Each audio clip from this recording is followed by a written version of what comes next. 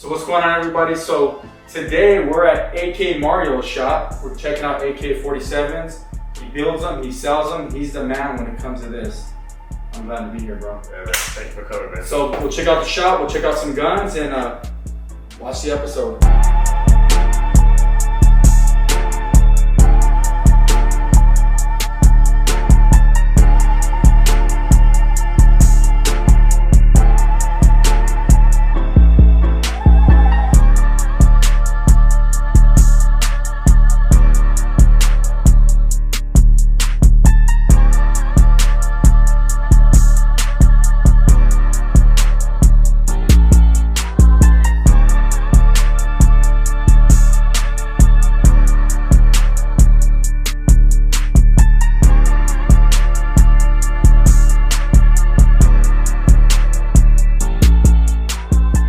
School stuff, dude, the school stuff is extremely sad.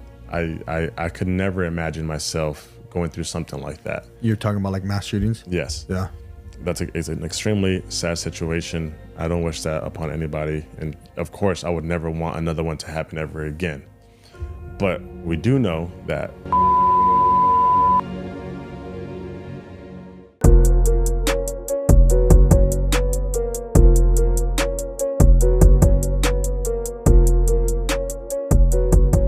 So what's going on, everybody? So on today's show, we have none other than AK Mario Parada. But how do you pronounce that? if you get Latin with it's Parada. Yeah, just roll that R, like 3 R's. Exactly. There's like 3 R's in there. And then Parada. my whole life, at school, it was said Parada. Parada. Yeah. They made fun of you. The Spanish speaking kids, yeah. What about like the normal kids? Were they like parade? Sometimes, yeah. Parade, whatever, But I was in ESL, bro. So my first language was Spanish. So, Yeah. I was in ESL up to like 7th grade. It took you that long to get out of ESL, bro? The thing was, I tested out of it in 5th grade, but schools get funding for each student that stays in that. So the teachers would be like, "Hey, They drug you on." Yeah, they're like, "Hey, So what was cool about that is when ESL class would start, they'd let me go play basketball outside. So I was like, that's a fair exchange. I'll stay in the program for that. So you were in ESL till you were like 15. Right. Like, we're keeping this dude down. That's the school system. I don't even want to let you up, bro. Exactly, bro. They're like, you don't know English yet. Yeah. You're like talking to them. Like, yeah, I do. What do you mean? I do. And then here I am like, okay, yeah, I'll stay here. But, I'm outside playing basketball, Yeah. Like, count your shots in English. I'm like, okay, sure. Yeah. You're like, whatever, dude. Yeah. You count in English. Hey, but that's the school system for you here, man. Yeah. They'll drag things out and They sure manipulate would. the whole situation. Yep. So Mario, so like I want to learn a little bit about you. Where are you from? Are you from Phoenix? I was born and raised here, bro. Okay. Born in Maricopa County Hospital. Me too. Yeah, bro. So, born and raised here. Feel bad for you, bro. Lived all over the valley, bro. South side, east side, west side. Just everywhere. Parents, parents did their best, to provide for us, and Dad didn't really start making real money until I got to about 16, 17. And then after that, we've kind of had a pretty good life. Yeah. What do you mean by real money? My dad was always just kind of those guys that had 2 jobs. Oh, he's kind of settled down, got a real good job or whatever. Right. He became a owner operator, semi driver. Yeah. And man, he started making good money, and then kind of, when the head of the household starts kind of doing well, it seems like everybody else starts doing well after that. So Yeah. No, that's true. Yeah, you start he got a good job. He's driving his own truck. Now it went from making, $500 a week to $1,000 a week or whatever. Exactly. Yeah. Now everybody's living. And went from hopping around, house to house, area to area, to okay, cool. Now we've been living Settled here down. Yeah, exactly. Yeah. That's key though, right? Like in a family, like to really put roots down and like show the kids like, hey, there's a foundation in our home. Yep. Right. Instead of flopping around, I flopped around too a little bit. Yeah, and like I said, I kind of seen like a big change in life at that point, because prior to that, we were bouncing around, but we all stayed with my grandma at the time, my great grandma, and that was like a house, a house full of kids, you know, Yeah. like me and my like 8 cousins, you know, Everybody, yeah, huh? everybody's there. You know, we're all hanging out, we're all eating. You know, we're all going to school together. She's got to cook for everybody. Oh yeah, bro. We'd get there in the morning. You know, parents would drop us off there. You know, to take the bus to school, and she'd have the huevos con chorizo ready. You know, the fresh tortillas ready. And then we'd eat breakfast, go to school, and when we get off school, she'd have, you know, the carne asada ready when we'd get home, the enchiladas, you know, all this stuff. You guys got hooked up. Where was this? What side of town was this at? 10th Street in Oak, bro. 10th Street in Oak. Yeah, my aunt actually still lives there. Really? So that's a little bit of Central Phoenix. I know exactly where it's at, bro. Yeah, in the Coronado Historic District. Uh-huh. So Right there, hey, they built that mosque right there, Yep. huh? Yep. But growing up, it was always, we'd always like, what They were working on that thing for like 20 years, forever, bro. Yeah. I have a cousin, you know, she looks kind of Indian, and then we'd always be like, hey, they're building a palace back there, you know, like. I think it's open now. It's open, yeah. Yeah, really nice people. You know, They opened it like 5 years ago because we were part of the last phase. Okay. Yeah. I remember when they started that thing. They dug that huge hole. Yeah. Like, yeah, it was crazy. When they started doing it, we were like, what are they doing? Did you ever go in it? I haven't gone in it. It's pretty neat. It's pretty neat. It's okay. But I remember they started that thing when I was like, geez, like 21. Yeah, bro. So like 2001, 2000, and they finished it like. So I'm assuming they bootstrapped that then, right? Like no yes, debt? that's exactly what they did. All right. Yep, they didn't go in any debt. And then like that whole neighborhood to the east is like all the people. Yeah. Like they own all the houses and like the families, and they just walk over. Yeah, there's that corner market. We'd always go to the Orange Wood Market right there. Uh-huh. I think it's Orange Wood, but something with orange, unless they changed it now. But we used to walk there every day, get some snacks, walk back. You know, that was my neighborhood growing up right there. My uncle lived right there. Well, he's like my adopted dad's brother, but he's my uncle Robert Chavez. He lived in that area, and so my I can't remember my cousin's name, but it was Chavez. They were Chavez. Okay. So you were born in a county hospital. How old are you? 33. 33. So I'll be 44. So yeah, the county's. If anybody's watching this, man, the county's rough. Like it was never. Well, I think it's pretty good now because they rebuilt the whole damn thing. Yeah, they basically are knocking down the old building. Yeah, they're built all the new ones and knocked the old one down. Yeah, and then they're gonna build another one. Yeah, exactly. Yeah. Yeah, but I mean, at that time, you know, if like my parents, you know, they weren't super wealthy at that time, but if you didn't have like health insurance or anything, that's where you would go. You go to county. Yeah. I mean, still to this day, if you don't have health insurance or anything like that, you still go to the county hospital. Well, what's crazy is it's like it was the number one burn unit in the country. Oh, wow. Yeah. And they're trying to bring that back. Actually, that's one of the things they're trying to bring back over there. Their whole focus is the burn trauma, whatever it's called. Yeah. Burn unit. And, but I remember when I was a kid, dude, and we would go, cause we always went there. Like, we never went to any other hospital because it was free or whatever. I don't know. I don't know if you got a bill or what you got. I was small, but you'd walk like down the halls and stuff, dude. It was like a creepy movie, dude. Like all white walls. There's nothing there. Like there's like no workers. They don't care. They disappear. Everything's empty. You know, like the little sandwich machines and stuff. You know what I mean? Well, I found out I was born there when I was 18, 19. I can't remember what was it. I broke my ankle playing football, just at the park, and. My mom's like, well, you know, go over there to the county hospital, blah, blah. And this is around the time when you turned 18, like you got off your parents' insurance. You're on your own. You were on your own. So I'm like, what? So she's like, yeah, go to the county hospital. She was like, you'll be fine. Like, they'll treat you there. She was like, you were born there. I was like, what? And that's how I found out I was born in the county hospital. And I went over there, and this was around the holidays, bro. So it's like no doctors are in, nobody's in. I stay a whole week basically just like in a splint, you know? Yeah. And when I go back, they're like, oh, hey, like you broke your ankle, but your bone started to heal already. And the way it was healing, it's like when it broke, it came back down like this. So it wasn't like straight. So they're like, we have like two options. They're like, you know, we just re-break it and hopefully it goes back. They're like, or we go in there and like surgically repair it. And I was like, well, how do you guys just re-break it? They're like, well, just lay down and you can find out. It's a lot cheaper. And legit, bro, they just laid me down. Two nurses held my leg down, and the doctor just slapped.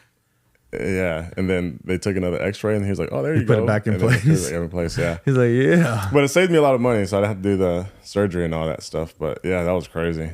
Would they put some painkillers on you and do that? No, dude. It was just literally. Did just it hurt? Like, oh yeah. It's like I rebroke it again. Like it was. But it was fast, huh? It was fast. Yeah. Like. Yeah, it was like a sting, and then it went away. And then it was kind of just like, oh man. And then obviously the normal discomfort of having a broken bone. But, yeah. And then after that, it was kind of just like, all right, that was good. Hey, did you guys ever go to that park right there on it's like Coronado Park? Yeah. Yep. I used to play ball there all the time. This is with the swimming pool, right? Yep. I used to go swim there. Yeah, man. That was a summer spot right there. You know, you'd swim and sun go down, you go play some basketball, go play some baseball, you know. Yeah, I was super active when I was a kid, man. I had 8 other cousins, so you know, we were all pretty active. So my grandma, my grandma, we called her mama, but she lived on like 12th Street and Polk or 11th Street and Polk, somewhere right there. So it's between Roosevelt and Van Buren. Yep.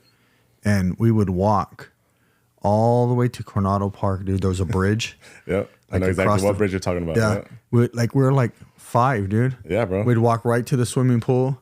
I remember like lots of times we'd walk straight over there. Dude, we used like 2 miles. Dude, we used to go all the way to East Lake Park on 16th Street in Jefferson. Yeah. And because that's where the good runs were at with like basketball. And me and my cousin, we used to go over there. I had a friend that lived right around the corner. We'd stay there, you know, playing basketball all day. I'd be crackheads outside doing crack, you know, and we're like 11, 12, 13, you know, so different times, man. Different. Yeah, it's definitely won't let my kids do any of that stuff. Yeah, like my son, I have a 7-year-old, soon to be 8-year-old, and I always catch myself kind of like, hey, like don't do that, and then I'm kind of thinking to myself like, well, I did that, and then I'd be like, never mind, just go ahead, you know, like and then I give him a little bit of freedom, and he's turning out to be okay, so I think I'm good. Yeah, it's tough to like let your kids go through something, you know what I mean? Yeah. Even if you went through it, it's kind of like, man, I did it. I don't want to see them go through it, you know? And I think that's the biggest battle that I have right now as a parent. I'm kind of just like, man, well, they kind of have to learn. I can't guard them from everything, you know? Hard. But it's hard. It's a hard balance. Yeah, it's hard, dude. And so how many kids you got? 2. What's their age? 7 and what? 7 and 5. Yeah, so it's hard, dude. Like, because I mean, Mike, like Chris 22, you know, like sometimes I want him to go through some hard shit that I'm like, he can't handle it. He's gonna listen to this, like, what do you mean?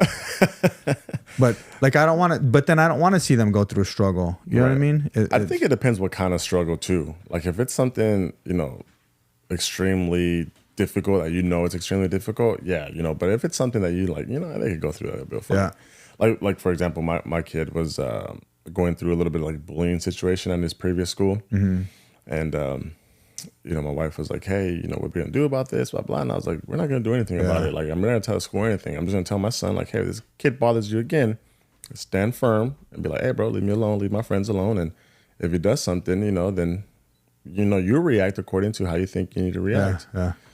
Long story short, I get a call, you know, kid slapped my son slapped him back, and you know, their parents were upset till finally, you know, they called us all to the principal's office and they're like, hey, blah blah blah. And I'm like, well, hey man, like, you know, this kid's obviously been bullying kids, blah blah blah. I just told my son, hey, if he does something to you, he slaps you, slap him back. Yeah.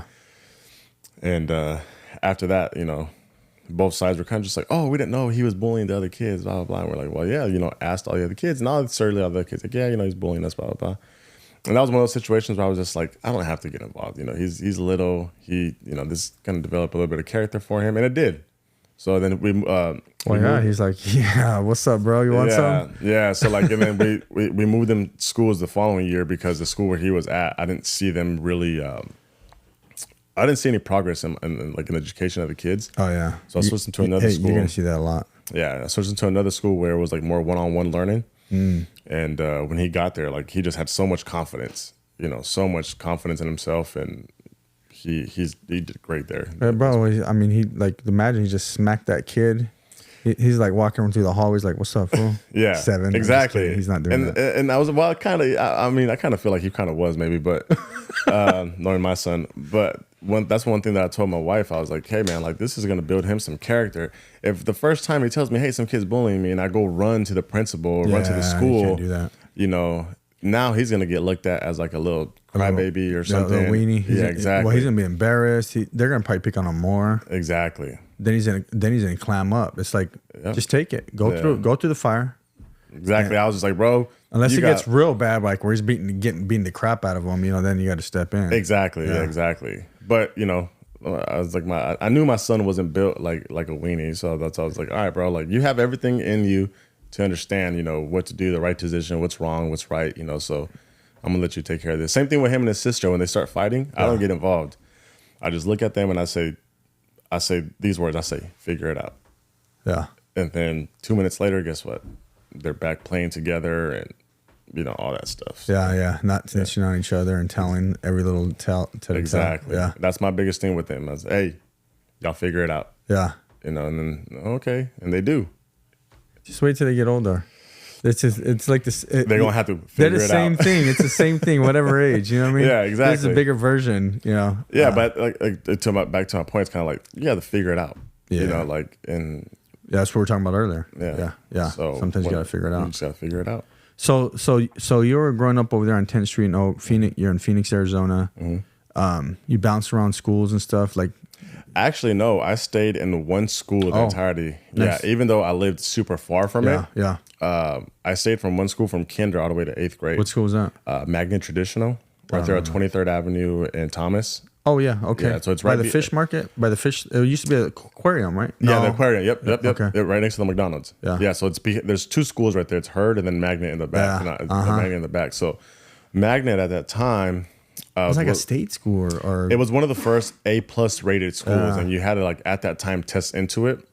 But I had a lot of my older cousins that were going there, and basically since my family had been going there, and my previous my cousins had been doing well, every time a new family member from our family like applied to go there, they would accept us. Oh, nice. Yeah, so they accepted me in kinder, and yeah, I just stayed all the way out through 8th grade. You know, my friends that I had there, I still talk to them to this day. Nice. And yeah, man, it was a great school. It was such a great school that when I graduated, right, 8th grade, and I went into high school, like my freshman work was like work that I was doing in 7th grade at that school. Oh yeah. Okay. So that was a good and a bad thing, because then I realized that, and then I dropped out of all those like advanced placement. It became like a class. detriment. Yeah, and I was like, oh, are you telling me I don't have to take these classes? They're like, no. So then I started taking the easy classes. So like freshman and sophomore year in high school, it was like a cakewalk, man. Like I had been doing that work since 7th and 8th grade. Yeah. So yeah, it was a really good school, small school. We only had 68th graders. Okay. So it was a very small school, but it was a great school. Like I said, my best friend to this day, which Chris knows him, Roman. Okay. We met there. My other great friend, Kwani, you know, we met there. My basketball coach there, 7th and 8th grade, Curtis Johnson, still to this day, you know, I talked to him. Bro, that guy would, I used to live, so my grandma was on 10th Street and over, we'd spent majority of the time, but my parents, we lived at 77th Avenue in Glendale at that time. And he would drop me off at my house every day after school. Nice. Yeah. That's a hump. That's a drive. Dude. And he was, at that time, he was like 22, 23 years old himself. He was a coach. And I think back to myself, I was like, man, like if I was 21, 22, 23, like would I be driving this little kid home every day, you know, after school? So, you know, he holds a special place in my life just for all the things that he did. Yeah. And not only that, but I mean, buying me lunch and, you know, all kinds of, you know, at that, you know, my parents are kind of like traditional Hispanic parents where like they didn't really get too involved with the school stuff. Mm-hmm. So they didn't know I was like actually really good at basketball. They didn't know that, you know, I was actually smart. Yeah, they're just like, keep your grades up. Exactly. Stay out of trouble, keep your grades up. Right. Yeah. And even like for like high school, for example, like I was supposed to go to Independence High School. I enrolled myself at Central High School because that's where all my friends were going. And then when I enrolled myself, at that time, I had gotten a cell phone from my dad. So I put my cell phone number as the parental contact. And my parents never knew what was going on with me in high school. You're like, hello? Yeah. Hey, this is literally, you're acting bro. like your dad. Yes, literally. Like forging his signatures on everything? Yeah. Bro, I one time I crashed my dad's car. I crashed my dad's Corvette. And I basically pretended I was him because he was on the road as a truck driver. I called the insurance company, pretended I was him, and did a full claim on the car and all that, and got it like damn near almost fixed by the time he came back. You got caught though. Oh yeah, dude, he was so hot. And But it worked out for him because the car got fixed. He got it back. He still got some money left over from like the check from the claim, and then he turned around and sold the car. So like he kind of almost doubled up on the car after the accident. So he never really stayed mad at me over that because he actually made some good cash. money. He's like, yeah, I got another 8 G's. Yeah, exactly. Yeah. But that was like I'm saying, like it was just kind of like at that time, man. Like I felt like I could do whatever I want because like my parents were there, but they just weren't really involved in the stuff you were doing. You know, it's like, hey, I got a basketball tournament all weekend. Oh, okay, have fun. Yeah, I think a lot of parents are like that though. You know, it's probably.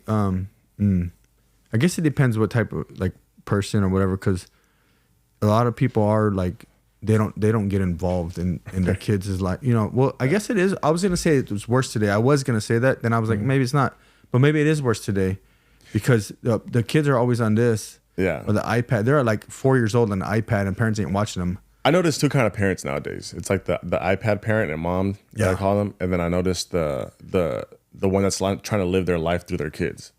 That has them in every basketball camp or sports camp every weekend. You know, the parent doesn't have a life because they're taking them to this practice, that practice. They're kind of living through their kids, you know, what they didn't have.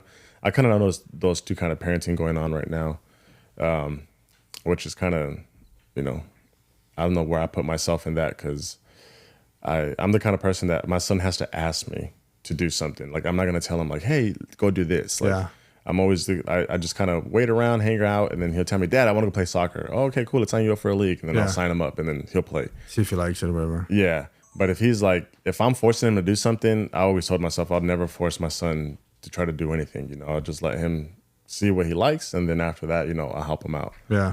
But it kind of goes back to like, you know, when I started doing the gun stuff, that kind of got my parents' attention. You know, they started seeing me walking in with like rifles and pistols to the house, and they're like, "Hey, whoa!" Like, how old were you? 18. Okay, so I bought my first. You just graduated. You graduated high school, right? Yeah, I graduated No, actually, I bought my first pistol when I was in high school. Okay. I was a senior in high school, and I turned 18. I thought you were gonna shoot it up. Nah, man. I'm just kidding. Yeah, right. I probably shouldn't talk like that.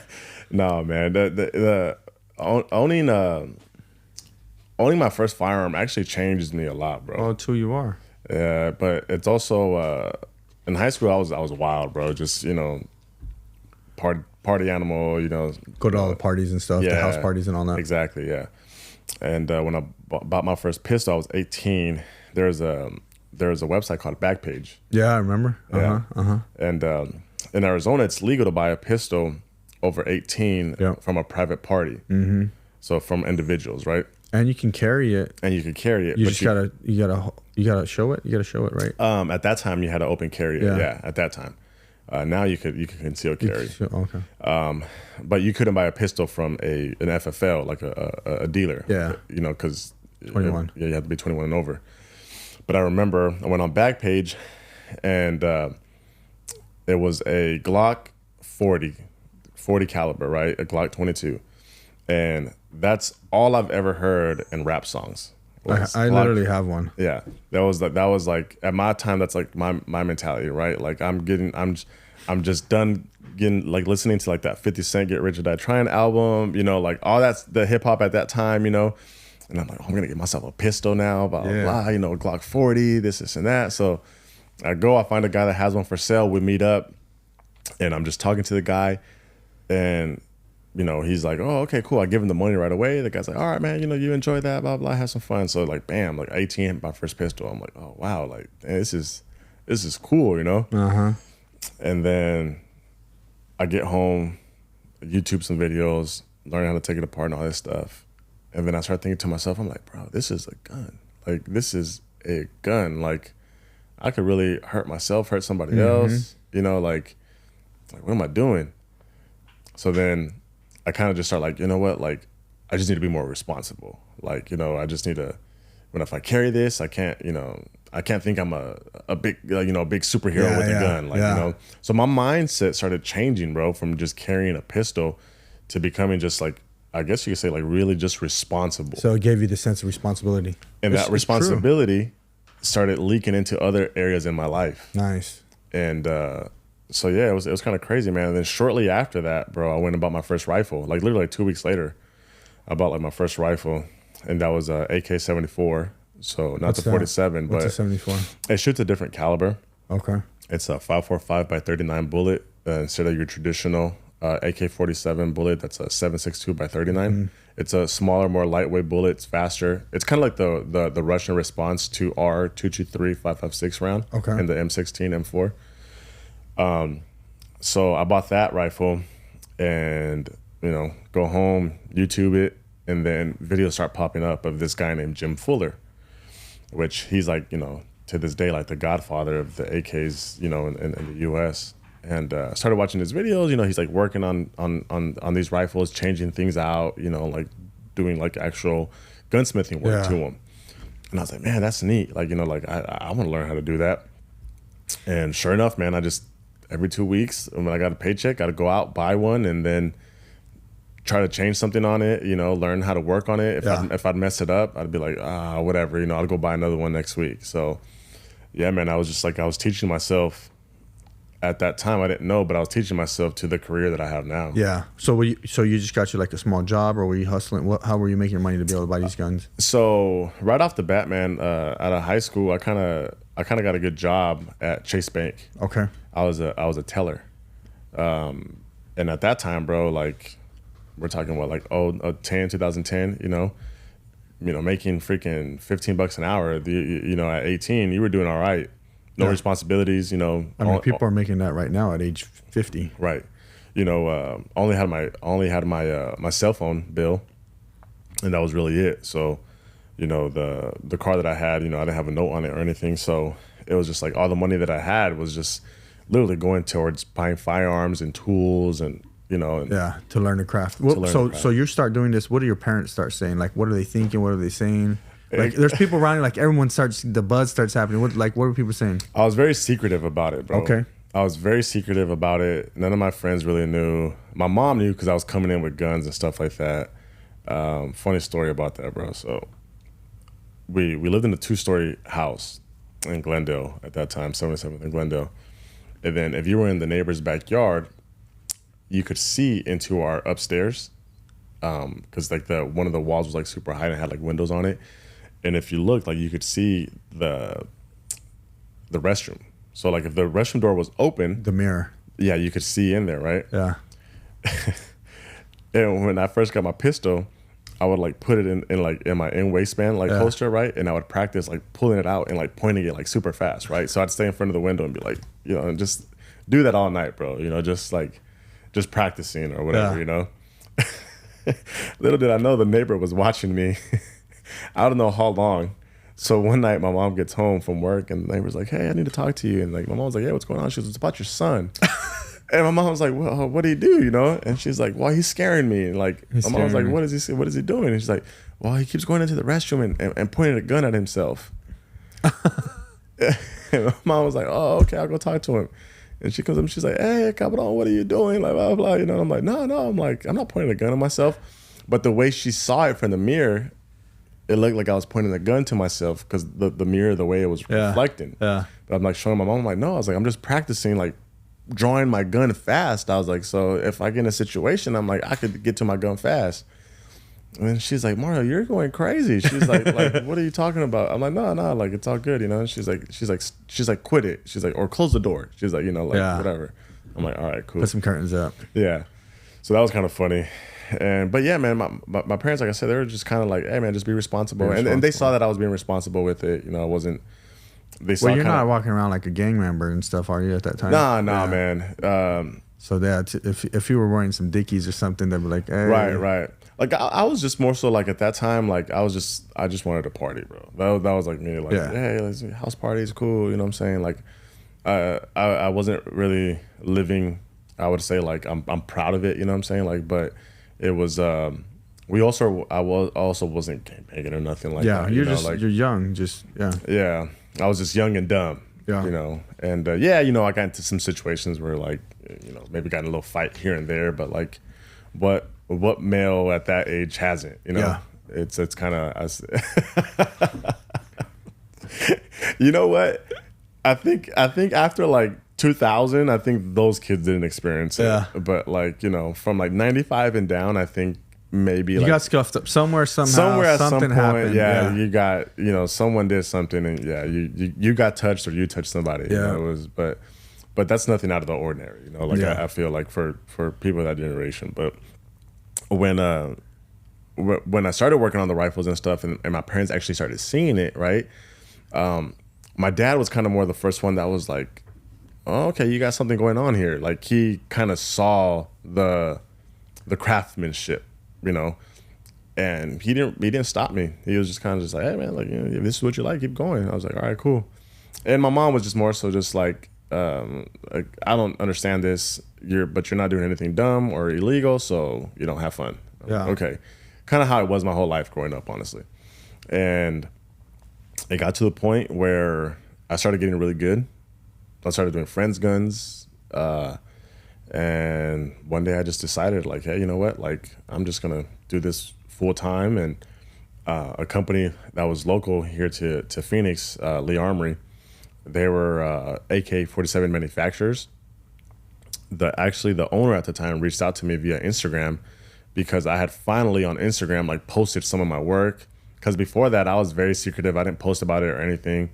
I started posting about it and got their attention, and they were like, hey, do you want a job over here? When was that? 2015, right around there. And yeah. And at that time, bro, I was at Chase Bank as a business banker. So I had gone from being a teller moved to up. now being a business banker, right? On the verge of potentially being a branch manager. And, everybody's like thinking like, bro, you're crazy. Like, you're going to leave this job to go do that? Because it was a huge pay cut, bro. It was a massive pay cut. Oh, yeah, of course. Yeah. And, but I did it. The Yeah. first the first 2 years of being there at the Lee Armory shop were rough, man. It was hard because I was like the new builder there, but I knew more than anybody else. And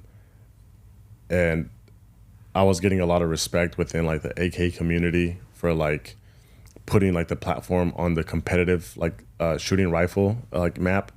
There's a couple other people doing it at the same time I was, but I was showing up to like rifle competitions where it's like full of people that are running M4s, AR-15s, because obviously the M4 and AR-15 it's a really good rifle as well. But I was showing up with an AK-47 because that's just what I liked. Yeah, that's just what I wanted to do. Mm-hmm. And other people started noticing that, and they were like, "Hey, man, like, I see this gun shooting pretty good. Like, what are you doing to it?" And I'm showing them what I'm doing to it, and they're like, "Well, I have one myself. Can you do those changes as well?" Yeah. Like, yeah, bring it by the Lee Armory shop. We could do it. So then it started kind of growing this like this in this area, and by the time you knew it, man, it was like a lot of people in the valley were running, raced out AKs, but I call it the race AK because like you're supposed to go fast with it. Rifles at competitions. So when did you change your name to AK-47 or AK Mario? AK Mario. So the way that happened was I had my Instagram tag was AZ Mario, right? And my buddy Kenny Dobbs, he's an international slam dunk champion. He's like a really good basketball player, and he did a whole bunch of stuff. But is he here in Phoenix? Yeah, he's here in Phoenix. Can we get him on? I'm pretty sure we could. All right. And he one day was like, he was like, man, you're an AZ Mario. He was like, bro, he's like, you're AK Mario. Damn. And I was like, yeah. He was like, yeah, bro. He was like, go ask the next 3 people. He said that how they have you saved on your phone, on their phone. Like, how are you saved? Oh, that makes sense. And I was like, okay, cool. Because I was like, nah, bro, AZ. Like, I'm from AZ. Like, I'm all about AZ, So I was like, I'm AZ Mario, blah, blah. And then he was like, nah, bro. He's like, you're AK Mario. He's like, the next 3 people that you talk to, ask them, hey, how do you have me saved under your cell phone? Because he had me saved under AK Mario. Sure enough, I asked the next person, hey, bro, how do you have me saved on your phone? He's like, AK Mario. And I'm like, okay. Asked my next friend, hey, bro, AK Mario. Literally, bro, like some of the closest people to me, people I didn't even know, people I just asked, they all had me saved under AK Mario in their phone. Yeah, because that's how they met you. Like through the AK-47, it's like AK Mario. Yeah. And so that's how it kind of just went with the AK Mario thing. Yeah, no, it fits. I like it. When I first seen it, I was like, man, that's a good tagline because that's who you are. You know what I mean? You can't do that with every industry, or you can't just throw that in your name. But it's like, I mean, some people can, but very, very few. Yeah, and going back to the Lee Armory stuff, man, it got to the point where like, you know, everybody in the AK industry, you know, knew who I was. I made friends with just like about the biggest names you could in the AK industry. Nice. Shot very well. So AK match. So they started making specific AK competitions. So it was like before it was just like, oh, rifle matches, you know, anything shows up. But then they started making like AK specific matches, right? So I started showing up to those matches, doing very well, winning my division a few times, placing second and third, you know, like just about every time I went and shot in my division, because there's different divisions. And so, yeah, man, you know, you start gaining that respect, you know, and you start showing that respect to other people. You know, you appreciate and thank everybody that comes by your booth, because, you know, at those events, you can set up a booth and display your work and stuff like that. So people come by your booth and, you know, you're just thankful for everybody that's coming in, giving you business. And I'm starting to develop relationships and friendships with people in the industry. And it got to the point where I kind of built up my name to where, like, you know, the Lee Armory shop, I was like, hey, you know, I need a part of this company, you know, like I've risen this company. Yeah, you're literally bringing in all the customers. And I rose the company, man, to like a pretty good spot. And so I got a little piece of the pie, and was part owner with two other people for about 3 years. And then that's when I saw the market kind of start to shift, and that's when I decided to go on my own. When you say shift, what do you mean? So we were kind of in a market where we were a manufacturer, so we were building, you know, a few hundred every month, right? But then you had other companies that were building a few hundred every few weeks. Yeah. Like Diamondback and all those guys. Yeah. So like, or bigger than those guys. Too, bigger than those guys. Like Colt and yeah, like those are AR manufacturers. So like you have like some of those that are like in the AK industry that I won't say their names just because they've been on a slap cease and desist letters on people, but there were bigger companies, right? Yeah. And their price margin was below ours, right? So our rifles were still a few $100s more expensive. So we were trapped in this like middle ground of like not super cheap AKs, but not super expensive AKs. We were like kind of in the middle, you know? Yeah. And that's a tough place to be. Yes. I've always like, that's not a place you want to be at in any market. Dude, we get like that in our market, our company. Like we get caught up in the middle, and it's like, this is hard because you're too expensive for the little, and you're not, they don't believe in you yet to be at the big league. Exactly. Yeah. And I saw that and was like, yeah, I need to go on my own and go straight, just custom route, you know, high-end stuff. Yeah. And that's basically what I did. And I've been on my own now for over a year. Oh, it's cool, man. Like going to your shop, you know, got to see what you do, and basically just watching you, like you were like in love with the guns. It's cool because there's passion, you know, like you don't see that a lot, you know, especially today with the younger adults. Crowd, you know, it's they want to do 20 different things. They don't know what they want to do. You know, honestly, I see that with older people too in their 50s and 60s. They're still kind of lost. They're going from job to job, you know, and it's like, thank God you picked, you know, the industry. You're like, I fell in love with the gun, right?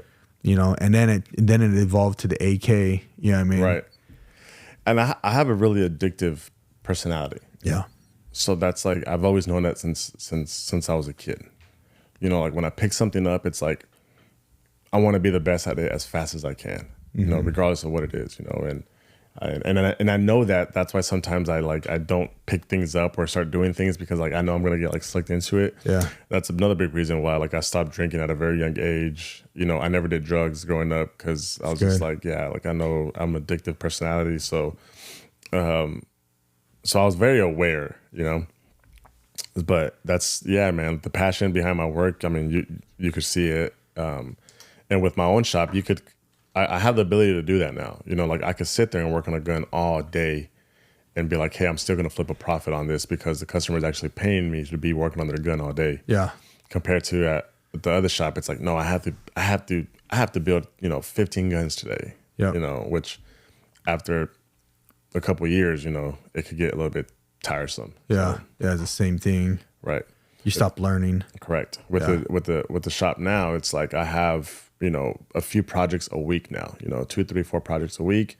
And then I could really dive into them and really, you know, master the craft in each one. So like the customer gets the best performing rifle that, you know, they could possibly get. Yeah. And like even though they're majority of them are AKs. They're all kind of different. Yes. Like the ones I seen, like they all look different. You know. Yeah, you have the traditional look. You have the tactical ones. Yeah. You know, you have the race ones. You know, where people want to shoot them fast. I mean, the size of them, the length of them. You had like some with scopes and sights, and like add this, add that on. Like it varied. There was a lot of options, you know. So it can't. I can see it not getting boring because you're and constantly recreating. Yes. And the AK platform, the AK rifle, it's such a big rabbit hole when it comes to like learning about it, because you have to remember, you know, it was made in Russia, which communist country at the time. Yeah, at the time. Yeah, right. At the time, and they sold that design to hundreds of countries around the world. Bro. Yeah, everybody. So every country has their own variants, and each country also developed like kind of like their own unique variant of it. So like there's Chinese AKs, there's Polish AKs, there's Bulgarian AKs, there's Russian AKs, there's Romanian AKs, there's, you know, Yugoslavian AKs, there, you know, North Korean AKs, so it's like there's not like French AKs. No. They only sold it to the countries that don't like America.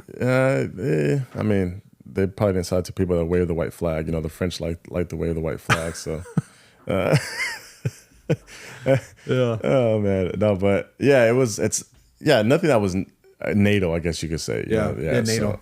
So, so obviously NATO country is not going to adopt because NATO countries are using our stuff. Yeah, it's M16s, M4, stuff like that. But you know, a lot of people think that, oh, he doesn't like ARs, and like, no, man, I like all rifles. It's just you know, I could build an AR with a screwdriver and a punch and you know, and like right here in front of you. You know, that's how easy it is.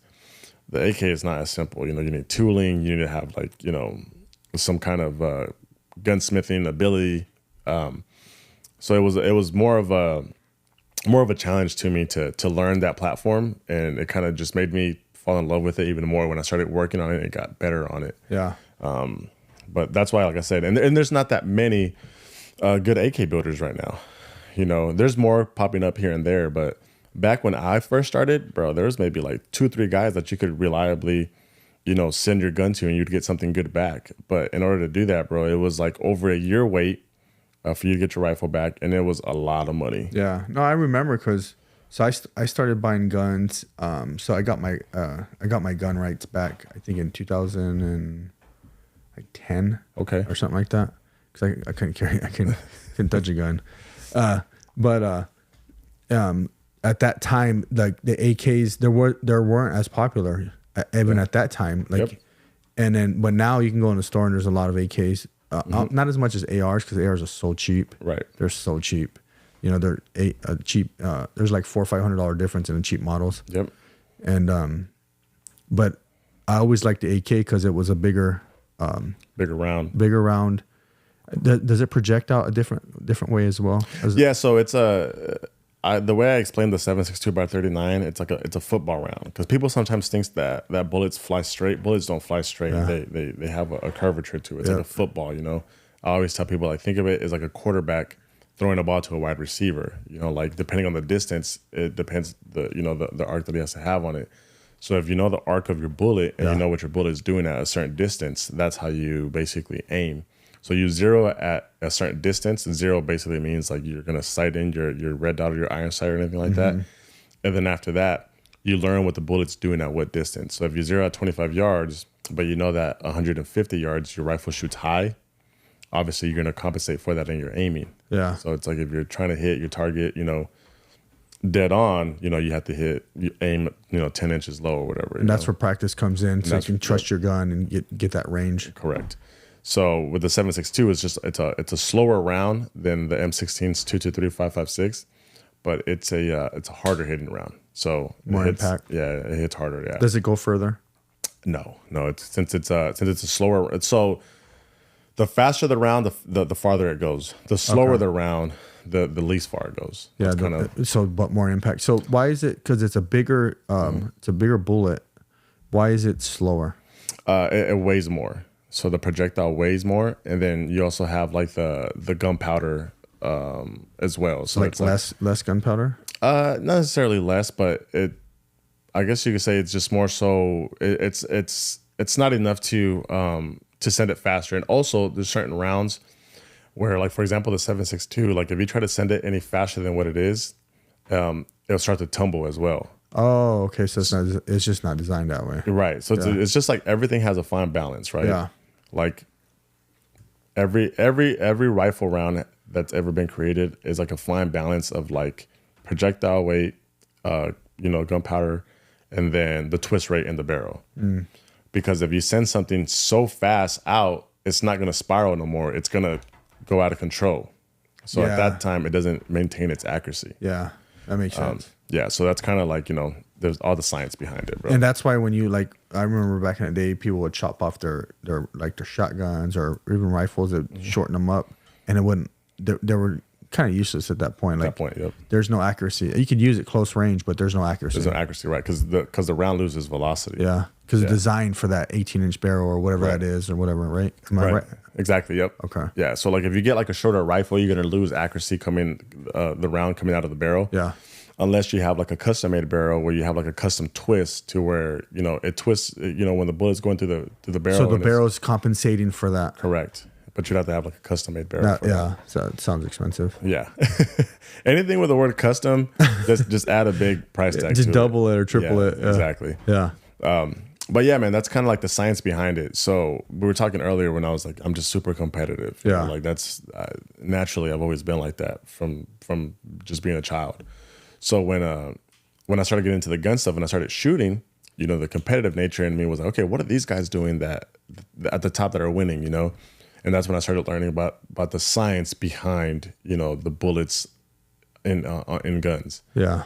And it's fun, man. There's a lot to learn. I still don't know everything, but I learn something new every day when I go to the range, bro. That's part of how they see the projectile, how they see like the scarring, or what do they call it? Like when it goes to the barrel, that's how they like find out who killed who, or the rifling on the projectile, because it's from the barrel, inside the barrel, right? Correct. The way the grooves are inside of it. Yep. Mm-hmm.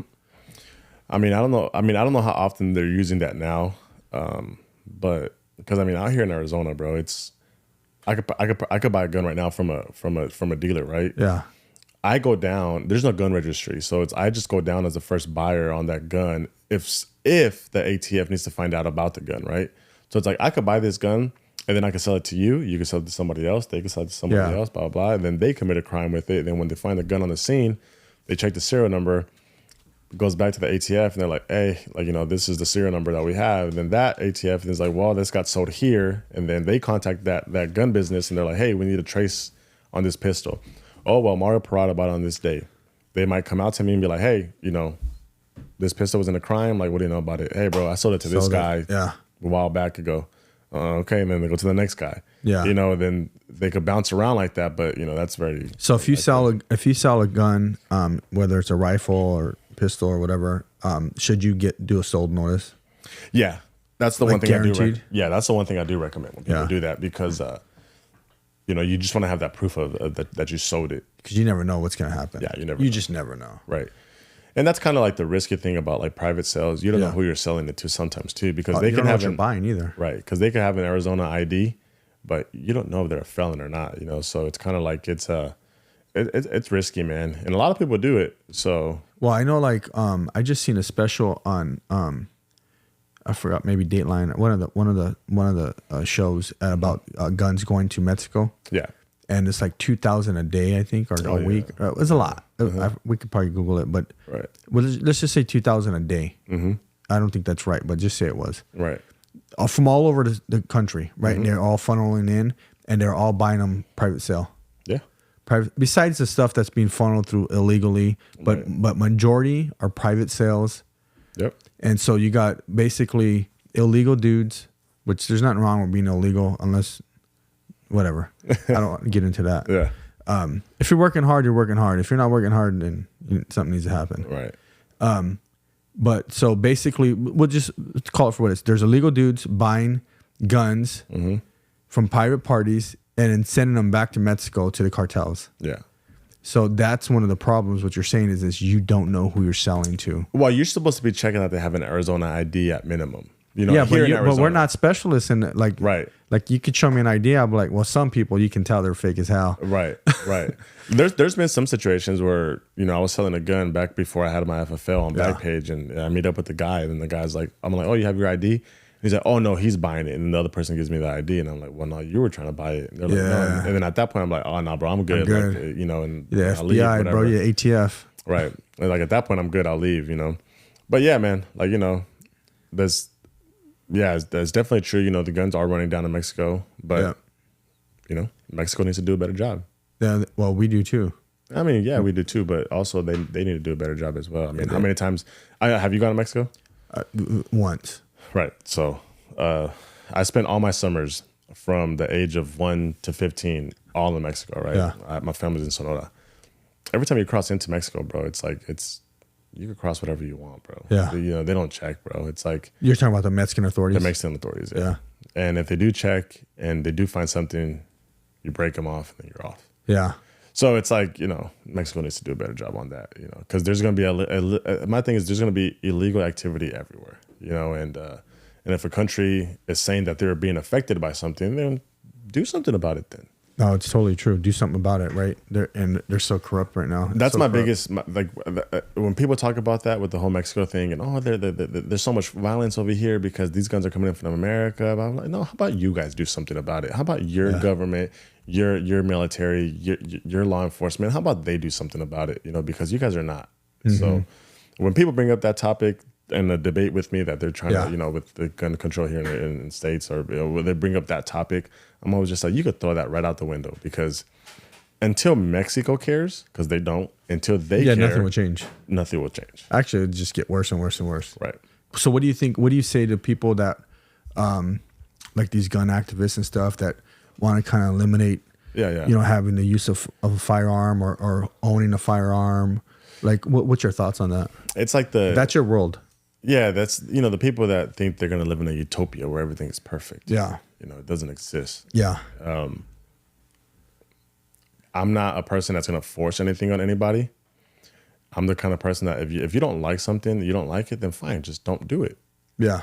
You know, that's just kind of where I'm at. It's just like a restaurant. You don't like the food, don't eat there. Don't eat there. There's things that I don't like about certain people that they do it, but I'm not going to tell them to stop doing it because, hey, you live in America. It's a free country. If you want to put on a skirt and go outside and twerk on a bus, like, you know, that's on you. You could do it. That just doesn't mean I have to attend that or be there or support it.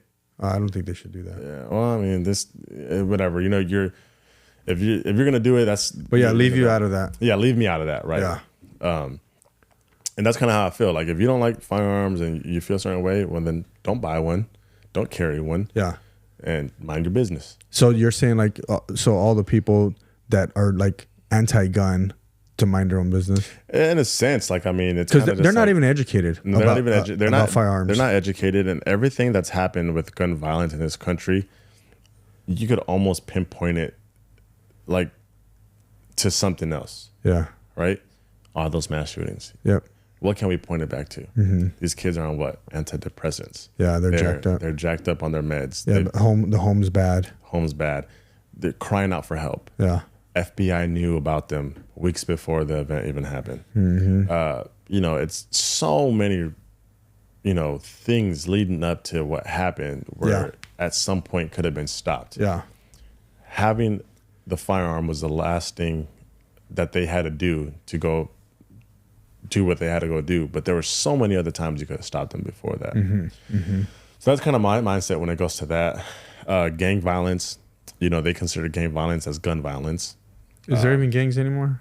No, there's some, but not as many. LA. Yeah, LA. Yeah. Chicago. Yeah. You know, Detroit. Yeah. You know, those rough urban areas where, once again, if our government really cared, yeah, they shut them down. you could go in there and fix that community. If you could send billions of dollars to Ukraine for their war, you could spend billions of dollars here in your own country to go fix those neighborhoods. The government likes it like that, bro. They can keep them held down. They're just like, they're holding themselves down. There's no uprising over here. Exactly. They're destroying themselves. They're going to kill themselves. Exactly. Right. So that's like another thing, right? They include gang violence and low income area violence into the gun violence statistics. Yeah. And then they try to use that to push the agenda. And then the school stuff, dude, the school stuff is extremely sad. I could never imagine myself going through something like that. You're talking about like mass shootings? Yes. Yeah. It's an extremely sad situation. I don't wish that upon anybody. And of course, I would never want another one to happen ever again. But we do know that there's a potential that it could happen again. But what are we doing to try and prevent that, right? We're not doing nothing, bro. We're not doing anything. There's no armed guards. There's no armed guards. Yeah. The parents are not even involved with like the security detail in their schools. Yep. You know, the schools that there's armed ones at better schools. Yeah, exactly. There you go. My daughter's school has a cop. He's like right there telling all the parents, bye, I'm watching you. You know what I mean? Exactly. Which I love it. Right. So let's be real. It's the low income areas where, you know, that's happening. Or areas that just feel that they might not need it because it's a quiet town or something. Well, what's crazy is the lower income areas are the ones that have the most money in reality. Yeah. Well, but the problem is they use that money to the prisons. To the prisons. That's wild. The jail system. You know what I mean? That's where they're putting the money. So that's what I'm saying. Like there's other ways of protecting our schools. You know, just because you put a sign that says no guns allowed, that sign doesn't mean anything, man. There's still a black market. That's another thing that people don't understand. When you pass gun laws, it doesn't affect the criminals. It affects the law-abiding citizens because a criminal is going to go get a firearm in any means necessary. Or not even a firearm, bro, a knife, anything like that. Look at what's... I've read articles in China where people go in the substation with like samurai swords and just... Oh, dude, there was something that just came out like that. Yeah. Or you see those ones where they're driving freaking big old trucks through like a parade of people and just running over like 50 people and... They don't need a gun. Like if they're gonna do something, they're gonna do something. Yeah, like you said, it's the person. Someone that has an evil mindset and want to cause harm, they're gonna do it one way or another. So pro Second Amendment, for sure. Yeah, that's just it's kind of the Second Amendment protects every other amendment. Once you lose the Second Amendment, you're gonna lose all the other ones. You're done. You're done. That's why we fight for it because once you lose that, that's why they want to take it away because then the powers they get all the power. And then this mindset that I have right now, this didn't come from learning it in high school or middle school, bro. This literally came from owning my first firearm. Yeah. And then when I learned my first firearm, kind of diving into the world of firearms. And then in the world of firearms, finding out after that, all your rights as you have as an individual, as a citizen of this country. Mm-hmm. But I didn't learn any of this in high school. You know, in high school, they weren't teaching us about this stuff. In middle school, they weren't teaching us about this stuff. It was all useless junk, bro, honestly. Yeah. When I was a kid, though, we had DARE. I don't think you had it.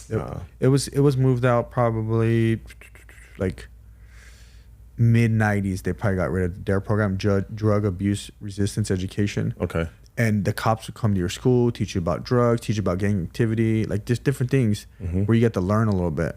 Right. But the government took that away, too. Bro, in high school, we would make fun of the kids that were in the JROTC program, bro. Yeah. It was like, we're making fun of them, As like, and they're trying to serve our country. Right.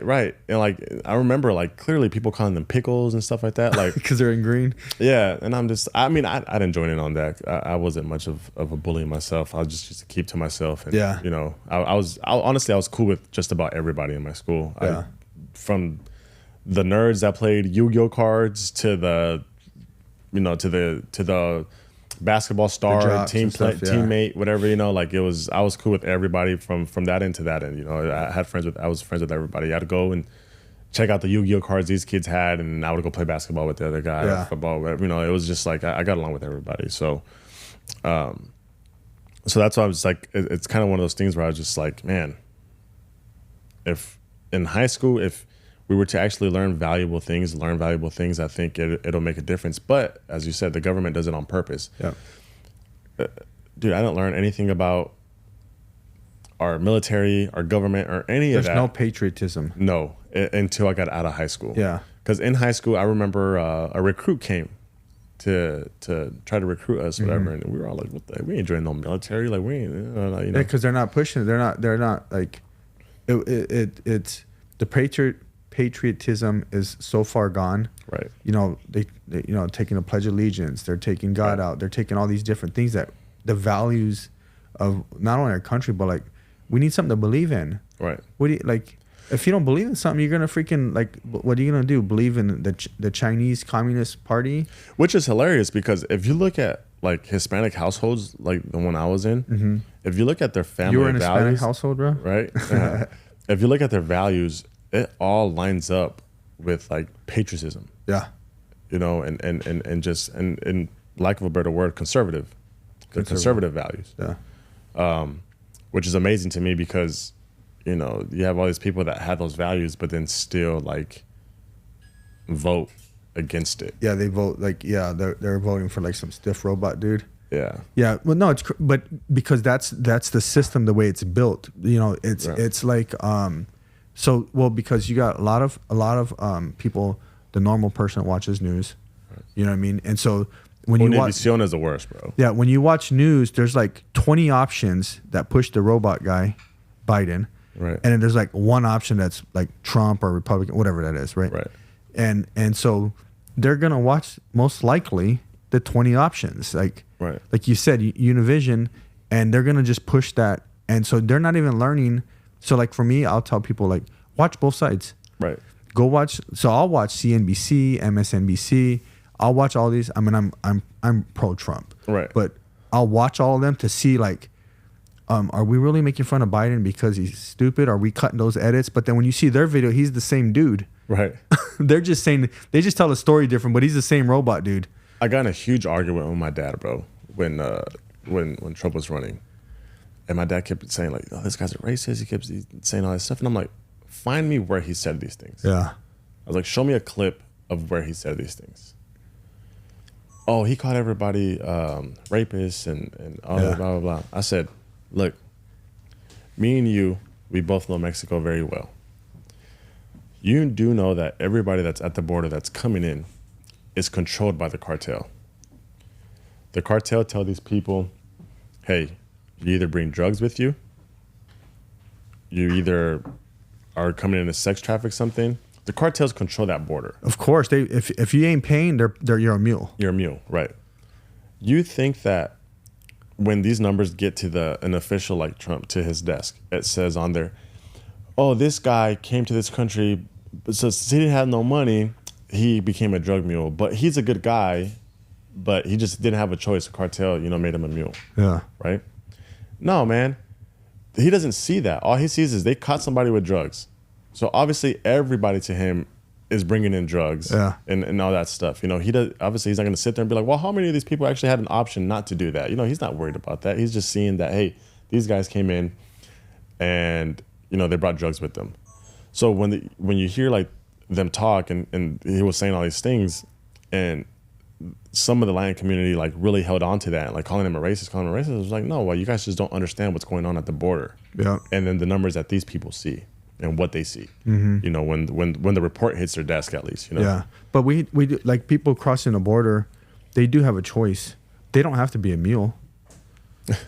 Yeah. I mean, they don't have to go that route. They know what's going to happen. You get to the border. Like you already know. Yeah. Yeah. Like you're going to either get killed, you got to pay, or you got to carry. There's three options really. Right. So when you get like, yeah, you want to come to America, but when you get to that point, like, if you go that way, what your options are. And it goes back to holding these countries responsible for fixing their own countries, right? Yeah. Like, that's what I've always said. Like, a lot of the stuff that's coming in through Mexico is not even Mexicans, bro. It's everybody. It's everybody, yeah, right? It's all kinds of people. It's crazy. And that's because those countries are not fixing their own problems. They're not fixing their own corruption. It's not fixing their own. Well, those countries are just sending all their people. All the bad people. Yeah, they're sending everybody. Right. It's crazy. But that's my biggest gripe with Mexico right now. It's like, I'm of Hispanic parents and, I love going to Mexico, but that's my biggest gripe with them. It's like, they're not fixing their country. Get their act together. Right. The same way we're not really fixing our country. Yeah, we need to get our act together right? too. Yep. So it's like kind of like, we're not getting our act together. They're not getting their act together. And it's just kind of, it creates just a big divide between people. Yeah. And it sucks, bro, because you just want to see everybody just kind of live and prosper with their own life. Yep. Yeah, I'd like to see us have a really good relationship with Mexico. I mean, it's right there. Dude. It would be like really powerful. Very, very powerful. Mexico has a lot of resources that they hadn't even tapped into. And what sucks is that other countries like China are realizing that. They're there. And they're there. Like China's buying up all the stuff down there at the border by Chihuahua and Texas, where they have the mines for the lithium. And China's coming in and buying all that up. Yep, they're there. They're putting in their electric car manufacturers there. Yep. They found a loophole. Like if you buy you can like for the rebates, the electric car rebates. I don't know if you know about that. Yeah. Actually, my wife just got a Tesla, so I know about it. I was like, when'd you buy it? It's been about 2 months. Oh, did you get a good interest rate? I was looking. So we did get a good interest rate. That's because she has good credit. But the deal was just like 20 or older, and then you got the rebate up front. 3,500 rebate for a used one. Yeah, for a used one up front. Yeah.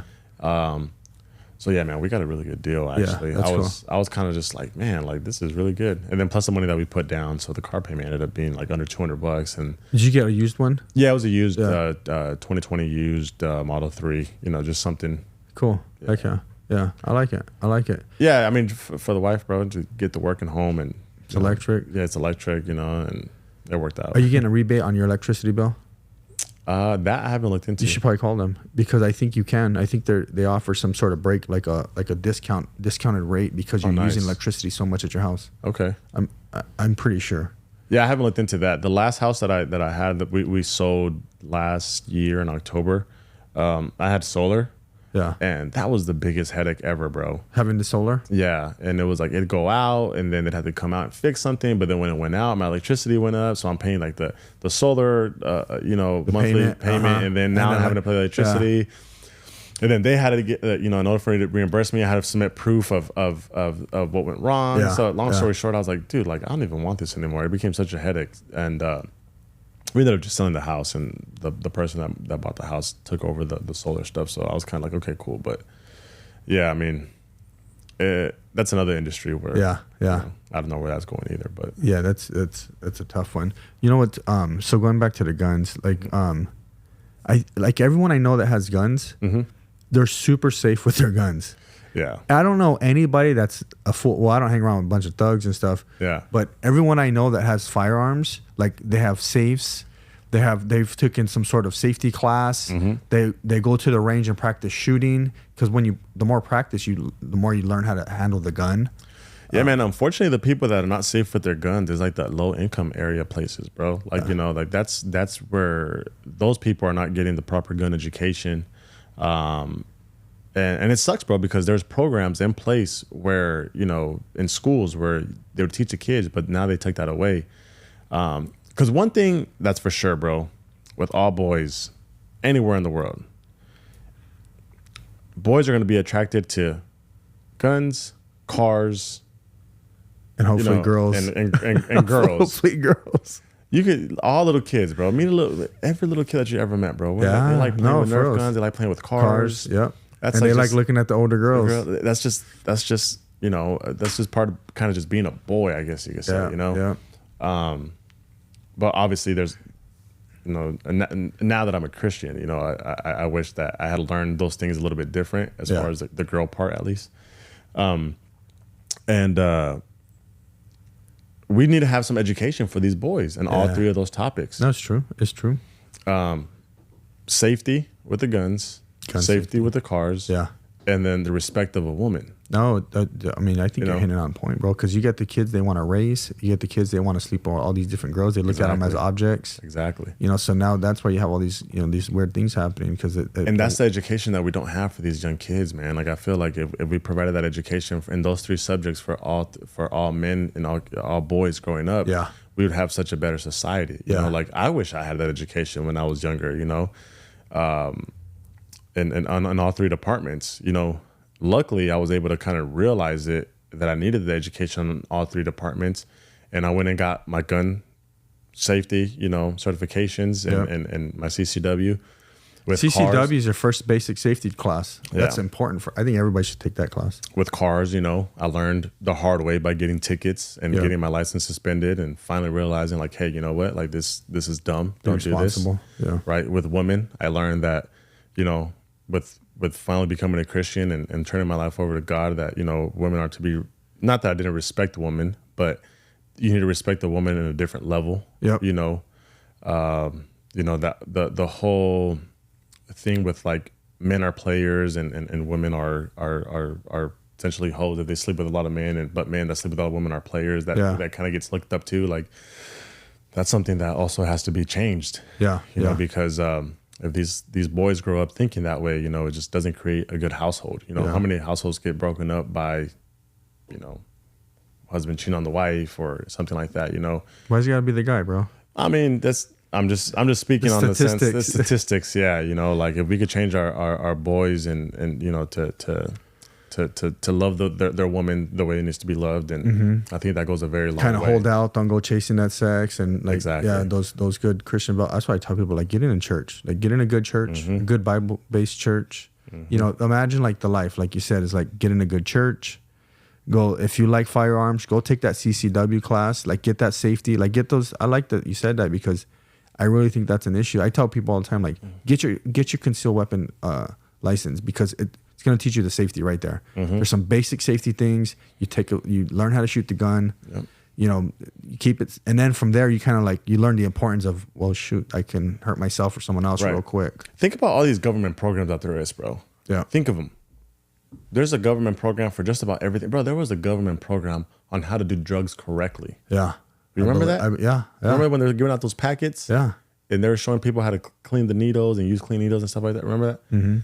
So why can't there be a program where they go to like these low income areas and teach people about firearms and firearm safety?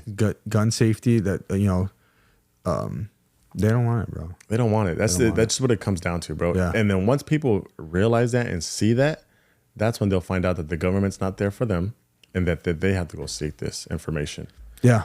You got to learn it. We got to learn it. And that's where guys like you, guys like me, like where we can try to spread a message and say, hey, you gotta do these things safely, wisely. Don't go be lazy. Like get out there and learn the stuff. If you're gonna be lazy, you're gonna get past it. You're gonna make big, huge mistakes, whatever it is. Yeah, and there's people out there, man, that are trying, bro. Unfortunately, like myself, I gotta say this. I know that change needs to happen, but I'm also not doing anything myself to make that change or pushing that, because if I could be out there trying to teach people and all this stuff, but I'm also in a point in my life right now where it's like I don't like to argue with people or get into like. Well, what if you did like gun safety videos? I mean, that's one thing that you could do, but I feel like there's so many already. You know, I feel like just the biggest thing is some people guys are dorks, bro. Yeah, that too. But I think people just need to seek the information. That's what it comes down to. If we need to kind of plant the seeds in these communities for the people to seek the information, because the information is out there. So if they go, they seek it, they'll learn. They're not gonna, bro. Yeah. But think about it. We're in a world of you call Uber, they come get you. You call Uber Eats, they come bring you your food. Bring your food. Yeah. Next is they're gonna come feed you. Right. You know what I mean? Yeah. That's the world we live in. And the reason that I kind of backed off from that was because I wanted to avoid conflict. Yeah. Because I don't like conflict, bro. I'm a person where it's like if conflict happens, I'm quick to just turn around and go the other way. Yeah. Because it scares me to where things could go to if you interact in that conflict. So I'd rather just walk away from it. Yeah. So that's kind of where I'm at, like mentally with that kind of stuff, and you know, just kind of hoping that someone could make a change, and you know, someone could come in and do that, and if I could make a change, like you know, by making a video or stuff like that, like cool, you know, I'd like to, but at the same time, man, it's tough out here right now with those topics. You know, they're very sensitive. Yeah. When you bring them up, you know, it's very divided. Some people have very strong opinions on both sides, and it just seems like no one can ever come and actually talk about it and actually have a good discussion about it without it getting too heated, and then nobody's listening, and then no one's listening at that point. Yeah, right? Yeah, no. That has been my experience with it. That's why like I've kind of just gone away from it. Well, we can help you make a gun safety video. I think it'd be cool, like a fun one. Yeah, like geared towards the youngsters. Yeah, definitely, man. This younger crowd, man. I don't know, bro. It's gonna be so interesting watching this country develop within the next 10, 15 years. Well, we'll see what happens November 5th with the election. That'll be a big deal to see where we're headed. Where we're headed. Yeah. That's really gonna tell a lot, I think. Because man, like even out here in Arizona, bro, like what happened with the last election with Katie Hobbs and Carrie Lake. Yeah, man, that was mind blowing to me, bro. Like how you could just vaguely cheat in front of everybody, and get away with it. Yeah. Well, it's happening. What do you mean?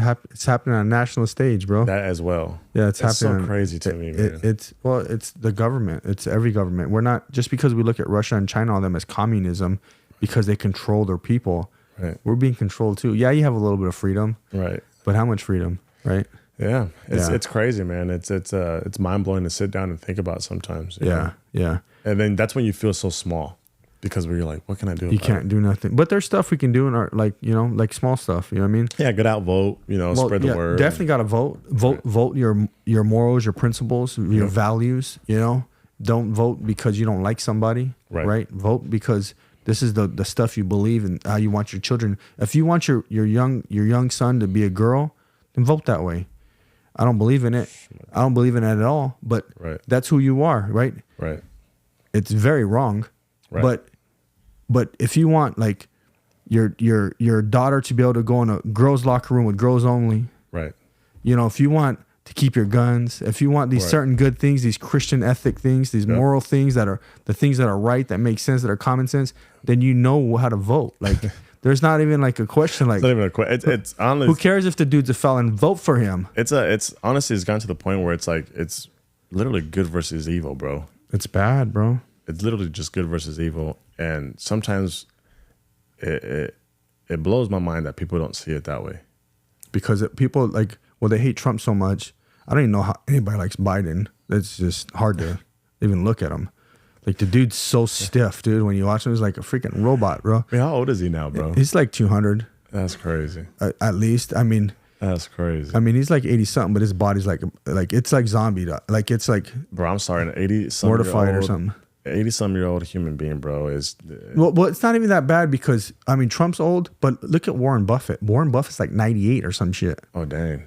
And he'll run circles around that dude. Yeah. You know what I mean? It's That's just... also true, yeah. It's the genetics. It's who it is. It's you know, it's time to sit down. Like, take this driver's license away and set him down. But you know what's so hilarious? You could go back to the 90s and find all kinds of videos of Biden talking about...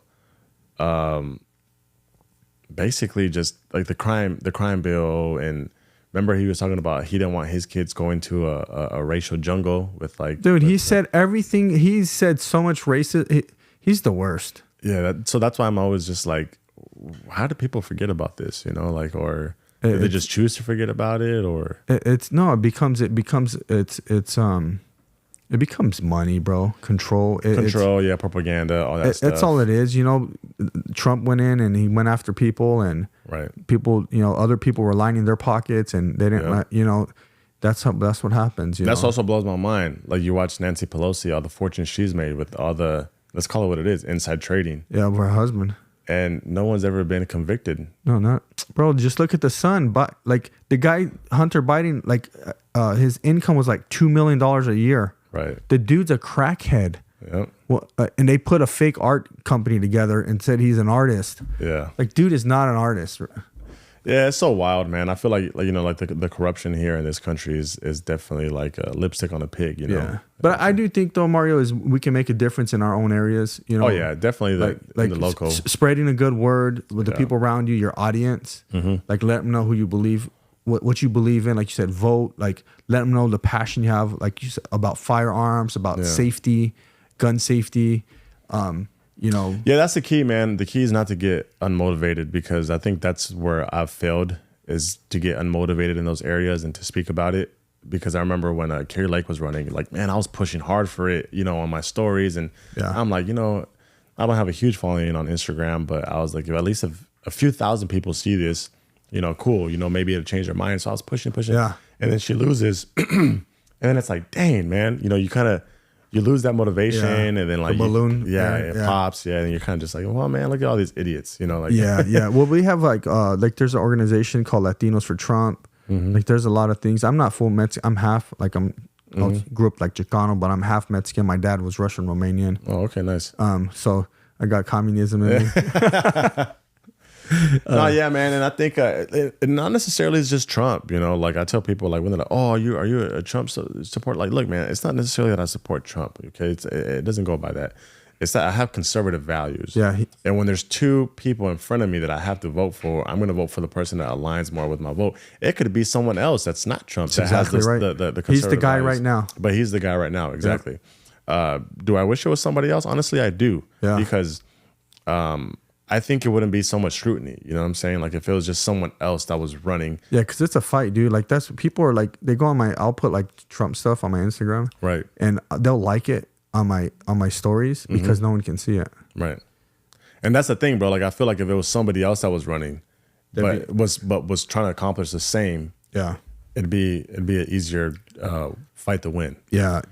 I think God gave us Trump for this purpose. This You think season. so? Oh yeah.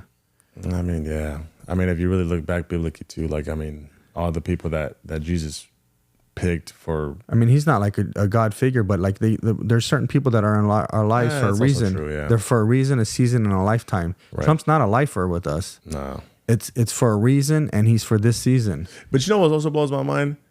How they could just blankly lie on their ads. Like these Biden ads, like the presidential ads. The new ones? The new ones, how they're saying that like he's been saying that he wants to be a dictator, that that he wants to remove the Constitution. Of course. And I'm like, they're saying everything they're doing. right. I'm like, how could you vaguely lie like this? I was like, this is crazy. Just like they're trying to close the border all of a sudden. Everything that Trump has said or the Republicans are against, Right.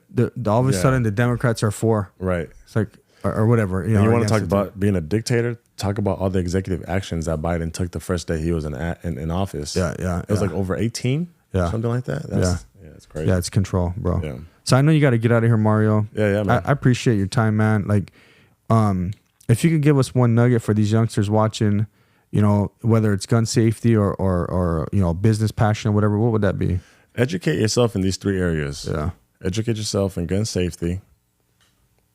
Cars too, because cars is a big one because men love adrenaline. And women. And the faster you turn over your life to God, the better for you as well. You know, that's what I've been telling these youngsters nowadays is, you know, educate yourself in those 3 topics and you'll see a shift in your life for sure. Yeah. Yeah. I believe it. Well, there it is, guys. Keep God first. Yep. Grab that education. Go out there and chase that education. Like it's there for the taking. Yep. You know, get that wisdom. Go buy you a firearm. Get you a CCW. Call this guy for the best AKs in the world right here in Phoenix, Arizona. Where can they follow you at? Instagram. My personal page is AK_Mario. The business page is SOF_defense. The SOF stands for Shield of Faith.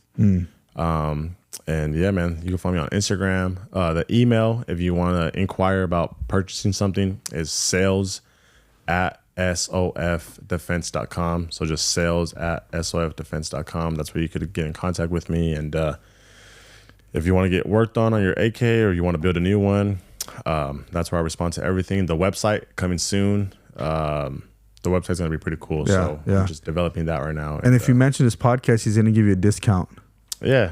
Mention the podcast and I could do some for you. Yeah, some like coding or something. Right? Yeah.